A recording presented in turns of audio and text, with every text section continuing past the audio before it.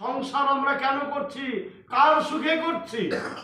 যার সুখ তাকেই দেব, সুখের সারবস্তু আমি গ্রহণ করবো নাকি বাবা? বিল্ডিংটা দিয়েছি কার নাম করে? গোবিন্দের গৃহ, তাই তো? গোবিন্দের দাসানুদাস জিত নিত্য কৃষ্ণ দাস ইহা ভুলি গেল, তে কারণে মায়ার পাশ গলেতে বান্ধিল। দাসত্ব করতে হবে, দাসের থেকে মালিক যখন হবে হিসাব নিকাশ তোমাকে দিতে হবে। হরি বল, খুব তোমাকে দিতে হবে।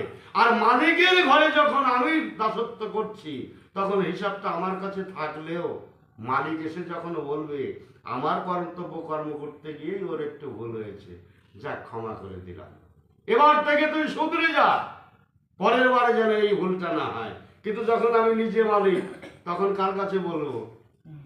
ভুল হয়ে গেলে আর বলার কিছু থাকবে না। তাই বলছে মালিকানা করো না, দাসত্ব করো। হরি বল। কে করলো? ভাগবতে বহু উদাহরণ আছে।